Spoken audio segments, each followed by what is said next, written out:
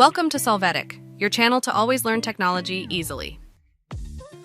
Below in the description, you will find useful links we used in this video.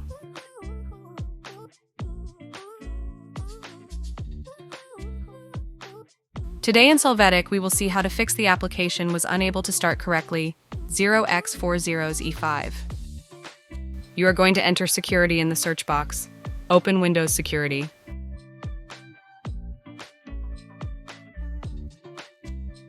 You must go to the section Virus and Threat Protection. Now click on the line Manage Settings, which you find in Virus and Threat Protection Settings. After this, turn off the switch Real-Time Protection. Confirm by clicking Yes.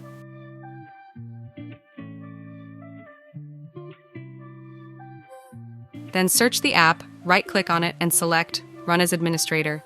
Click Yes, and you will be able to have access without error.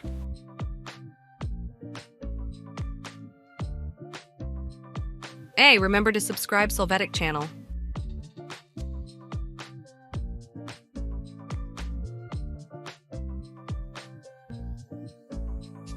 We hope it has been helpful for you.